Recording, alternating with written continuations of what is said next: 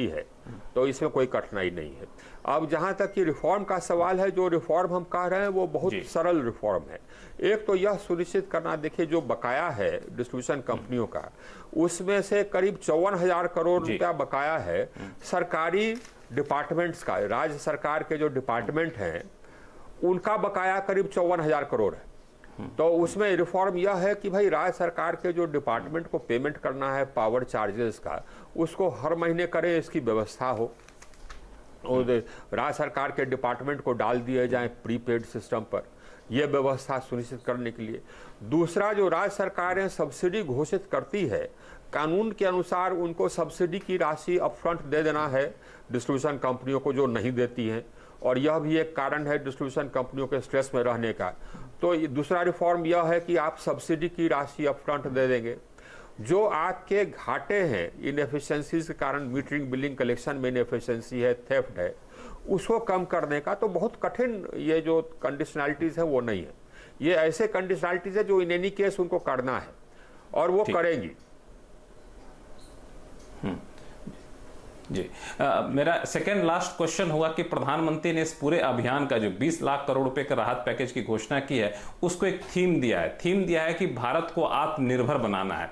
आत्मनिर्भरता का आपसे जुड़ाव यह है कि आप रिन्यूएबल एनर्जी मिनिस्टर भी हैं। सोलर पैनल जैसे कई सारे इक्विपमेंट है जिसके लिए हम काफी हद तक इंपोर्ट पर निर्भर करते हैं। इसमें हम आत्मनिर्भर बने, इसको लेकर आपकी रणनीति क्या होने जा रही है? हाँ लक्ष्मण जी, ये अच्छा सवाल है, आपने बढ़िया स्टडी किया है। ये इसके लिए हम प्रयत्नरत रहे हैं और हम सक्सेसफुल भी हुए हैं। एक बिड हमने लाया था। देखिए हमारे यहाँ करीब 3,000 मेगावाट के सेल्स बनते हैं यहाँ, करीब 10,000 मेगावाट के मॉड्यूल्स बनते हैं।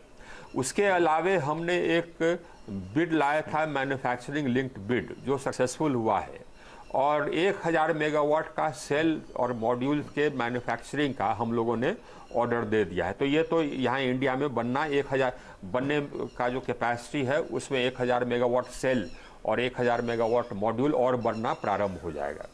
इसके अतिरिक्त एक और योजना हम ला रहे हैं जिसमें कि हम VGF स्कीम कह रहे हैं, जिसके अंतर्गत जो यहाँ मैन्युफैक्चरिंग कैपेसिटी लगाएगा उसको हम एक VGF देंगे, वायबिलिटी ग्रांट, जो भी आवश्यक है वो बिड के आधार पर देंगे। उसके लिए कंपटीशन होगा, जो कम से कम VGF मांगेगा उसको हम देंगे। यह योजना भी मोटा मोटी हम लोग ने फाइनल कर लिया है।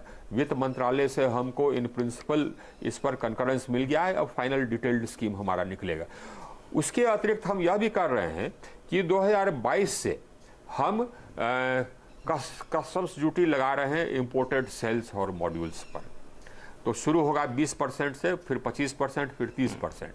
तो फिर इंपोर्ट करना ये वायबल नहीं रह जाएगा, लोगों को यही बनाने की आवश्यकता हो जाएगी। और यहाँ बनाने के लिए पूरी व्यवस्था हम दे रहे हैं, हम जमीन दे रहे हैं, हम पावर दे रहे हैं, ये सारी व्यवस्था हम दे रहे हैं।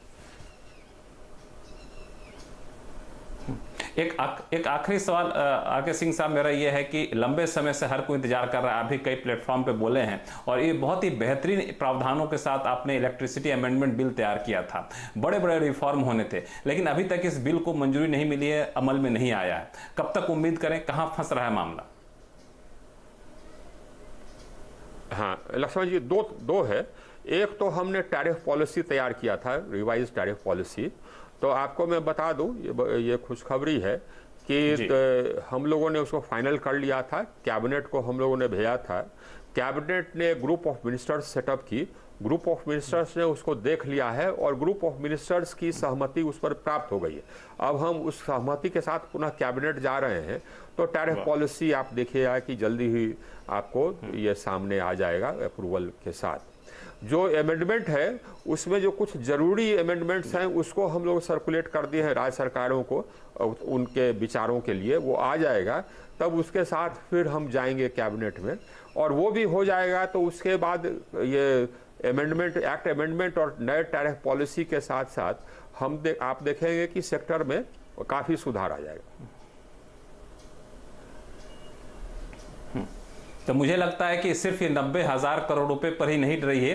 दर्शकों को बताना चाहो कि 90,000 करोड़ रुपए तो महज एक शुरुआत है। इसके बाद भी इंडस्ट्री में बड़े बदलाव की तैयारी चल रही है, जिसकी जानकारी हमें अभी पावर मिनिस्टर आर.के. सिंह साहब दे रहे थे। सर, आपका बहुत बहुत धन्यवाद हमारे लिए वक्त निकालने के लिए। Over to you Virendra. Thank you Lakshman ji, thank you so much. शुक्रिया लक्ष्मण जी। और इस पूरी बातचीत के लिए पावर मिनिस्टर के साथ तो अगर आप देखें कुछ महत्वपूर्ण, अगर आप देखें जो अंश इस बातचीत के थे आपने सुने, और इनफैक्ट उसको बारीकी से आपके स्क्रीन के नीचे भाग पे आप पढ़ सकते हैं। आज डेट एक्सपायरी का दिन है, याद रखिएगा। जरा डायरेक्टर साहब प्लीज़ पोल लेके आइए, माफ़ी चाहेंगे। आज खास एक्सक्लूसिव बातचीत थी पावर मिनिस्टर के साथ, तो वो हम डिस्कशन नहीं कर पाए। एक ब्रेक ले चलते हैं अभी, और ब्रेक के बाद जब आएंगे तो लेंगे हल्का सा एक निफ्टी बैंक पर चंदन का व्यू, और एक ऑप्शन ट्रेड लेंगे। छोटा सा ब्रेक लेकर तुरंत हाजिर होते हैं।